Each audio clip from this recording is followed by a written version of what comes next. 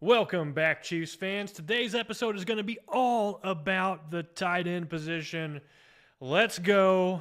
I'm your host, Gary McKenzie, here at RGR Football. Welcome back to another episode. The draft is approaching ever so slowly in this dead zone of the NFL calendar year, but we're getting through it together, and today we're going to talk about the tight end position. So starting with the tight end for the Chiefs, Travis Kelce is going to be 36 in 2025. And as far as I can tell, Father Time is undefeated. Tom Brady tried to beat him, but Father Time even took Tom Brady down in the end. So Travis Kelce's going to be 36 in 2025. In addition to that, he is in his last year under contract next season. And also, he may be dating someone that some of us may be familiar with who has a little bit of money. And you maybe wonder, does Travis Kelce need to keep playing football? Does he need to keep getting beat up? Now, that's what the people, the Florios of the world will say. That's not what I say. I think Travis Kelce will play until he decides he doesn't want to play anymore. I don't think Travis Kelce cares about getting beat up. I think he's tough, just like his brother. And I don't think who he's dating has any role whatsoever in how long he will stay playing football. I think it's going to be the same thing it is for every NFL player. And one day, they'll go to training camp or they'll go to a regular season game and they'll realize that their heart just is not in it anymore. And to me, Travis Kelce is not there yet. He's going to play out 2025. We'll see how he does. If he plays well, I would not be surprised if he gets another 2 years in the NFL. There have been other great wide receivers similar to Travis Kelce who have very good motion in their hips, who are very deceptive. And one of those receivers I always think of like this, that wasn't the most athletic, wasn't the fastest, but he was very deceptive with his shoulders, had really good hips, and that's Jerry Rice. Jerry Rice played until he was, I think, 41, 42 years old. In fact, Jerry Rice has one of the most amazing stats of all time for any player in the NFL. At the age of 40 years old, he had over a 1,000-yard season receiving. I don't know if we're ever going to see that ever again. So there has been precedent set for good receivers lasting a long time, but Jerry Rice is one in a million. What about Tony Gonzalez? What about Antonio Gates? What about Jason Witten? What about these guys? Well, most of them had played until they were 37 or 38. 36 or 37. Tony Gonzalez played until he was 37. He was productive all the way until he was 37. And some people think he could have played another year, but I think he had that situation where his heart just wasn't in it anymore, and he decided to hang up the cleats. So Travis Kelce, I think in terms of getting open, finding the soft spot in the zone, I think he's going to be able to do that next year. Now, he might not be able to run away from guys like he used to. We saw that last year, but he's still going to be able to find ways to get open. He's still going to be a useful piece for this Chiefs offense. But time is ticking.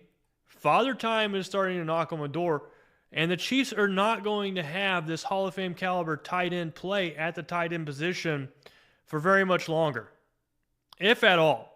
So because of this, the Chiefs need to take an invested interest in drafting a tight end this year. And I think this is a good year to draft tight ends with the predicament the Chiefs are in, because this player can sit for a year behind Travis Kelce and learn as much as he can, get a little bit of playing time, grow into a role, and then take over the starting role next year. Now, what about Noah Gray? Why doesn't Noah Gray take over the starting role? Let's be real about Noah Gray. He's a very good player. He's a very good tight end too. But he never had that high upside coming out of Duke from college that was going to overwhelm NFL talent. Noah Gray is who he is. He has steadily progressed. 299 yards his first season, 305 his next season, 437 yards last season, and I would expect him to continue to progress. But I don't think you're ever going to get a 900-yard season from Noah Gray. I think you can get huge seasons or big seasons from some of these players coming out of the draft at the tight end position this year. So Noah Gray, I think, is tight end 2. The Chiefs need to turn their focus towards finding that tight end 1 for the future, with the idea that as long as Travis Kelce can play and stay around, this player will develop behind Kelce and get a growing role in the Chiefs' offense. And this is a perfect situation for a young tight end to step into. So who do I like in the draft? I first want to immediately cross out Tyler Warren. It's not that I don't like him. I love Tyler Warren. He's from Penn State, great size, athletic, put up production. The only problem with Tyler Warren is that he's the number 1 tight end in the draft. And he is not a realistic drafting option for the Chiefs.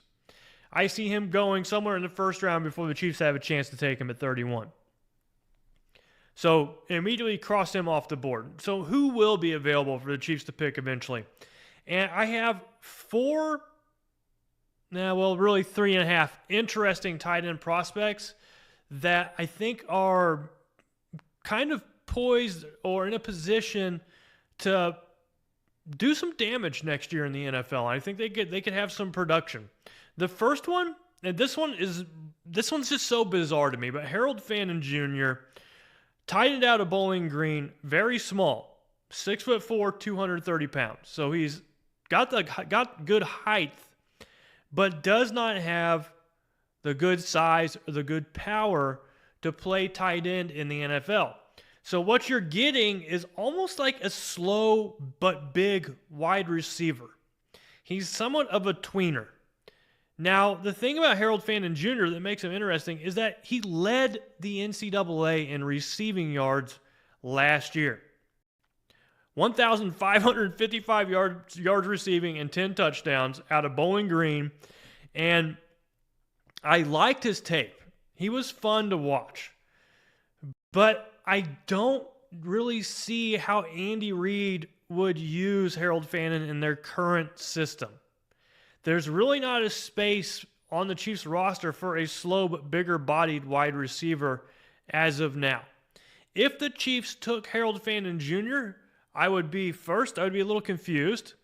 And then after the confusion went away, I would be pretty excited, really, because I think that, while there's not a spot in the Chiefs offense currently for this type of player, I think Andy Reid could figure one out. However, I would be shocked, too, if the Chiefs took Harold Fannin Jr. I don't think it's going to happen. I think they're going to look somewhere else later in the draft, which brings me to Elijah Arroyo.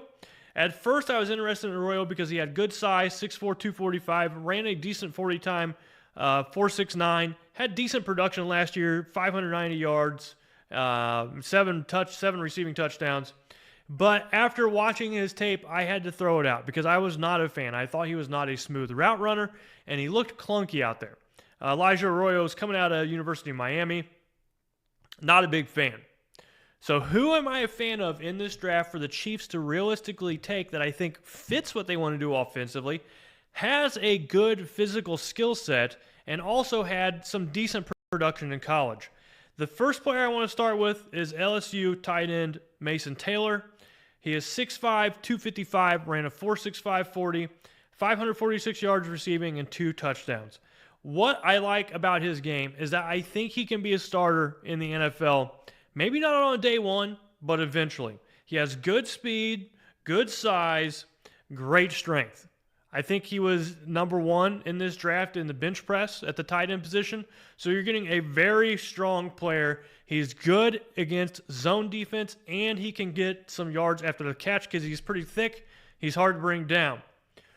What his weaknesses are is that he needs some work with his blocking. You would think with his strength he would be a good blocker, but he's not very good at using his leverage with his weight, and he's bad at pad level. So he's going to struggle versus those stronger defensive ends if he's ever asked to block them. And so I like some things about Mason Taylor's game. He is my second favorite tight end out of this draft for someone the Chiefs could realistically take. But my favorite tight end in this draft that I think the Chiefs realistically could take and wouldn't burn too much draft capital, I think this is a diamond in the rough player, And that player is Terrence Ferguson, the tight end out of Oregon, 6'5", 255 pounds, ran a 4.63 40, which was the fastest time for tight ends in the combine. 591 yards receiving last year with 3 receiving touchdowns. I like his size. I like his speed, especially his 10-yard split, which was elite. And overall, I just had a lot of joy whenever I was watching Terrence Ferguson's tape. He is a hard-nosed football player. He's fearless. He seems to make good decisions on the field. He can read his blockers very well. Oregon used him in the screen game a lot. Who else likes to use tight ends in the screen game? Andy Reid. Who else likes to run those little shovel passes where you have to analyze the blockers in front of you to go in and score a touchdown? Andy Reid likes to do that. I think Terrence Ferguson is a really good fit for Kansas City to replace that pass-catching tight end role that Travis Kelce is currently filling. And at Oregon, he was used in that pass-catching role. He was not used a lot in blocking. And one of Ferguson's weaknesses is that he is very weak. So his weakness is that he's weak. His bench press was one of the worst out of the tight ends in the combine, was not able to put up a lot of reps, so he doesn't have good strength. He is not the best blocker, and he struggles versus strong edge defenders, similar to Mason Taylor, which was interesting because they're night and day difference between what their bench press reps were, but they both seem to struggle with these strong edge defenders. My favorite thing about Terrence Ferguson was that he had great hands, and he just seemed to be an energy giver on the field. Whenever he catches the ball, it just looked a little bit different than the other tight ends I watched outside of Tyler Warren, who's kind of in a league of his own. So I really like Terrence Ferguson. I think he's very explosive for a tight end, and I think that this is who the Chiefs should go after in the third round. I think if either Mason Taylor or Terrence Ferguson is there in the third round for the Chiefs, especially their second third-round pick that they did not get from Tennessee, this is a no-brainer. This is going to be a tight end who I think will play well in the NFL. I like his makeup, and I hope Terrence Ferguson becomes a Kansas City Chief because I think he would fit very nicely in Andy Reid's system, and he would make an impact sooner rather than later. But now's your time in the comments to tell me, who do you think the Chiefs should take a tight end in this year's draft? Do you have any sleepers you like? Do you like Terrence Ferguson, or do you not like him very much at all? Let me know down in the comments. And as always, thank you so much for swinging by and watching this video and sticking it out with us. I've got nothing but love and appreciation for all of you. Hit that like button if you have not done so already, and subscribe if you are so inclined to get some of the best Chiefs content on YouTube. Myself, Ryan, and Dan here at RGR Football. Really appreciate you all. But this is Gary signing out. Let me know what you think about the tight end position. Who do you want the Chiefs to take, or do you think they should take a tight end at all? Let me know. Thanks for watching this video from the team at RGR Football. Click these videos to see more and subscribe to RGR Football.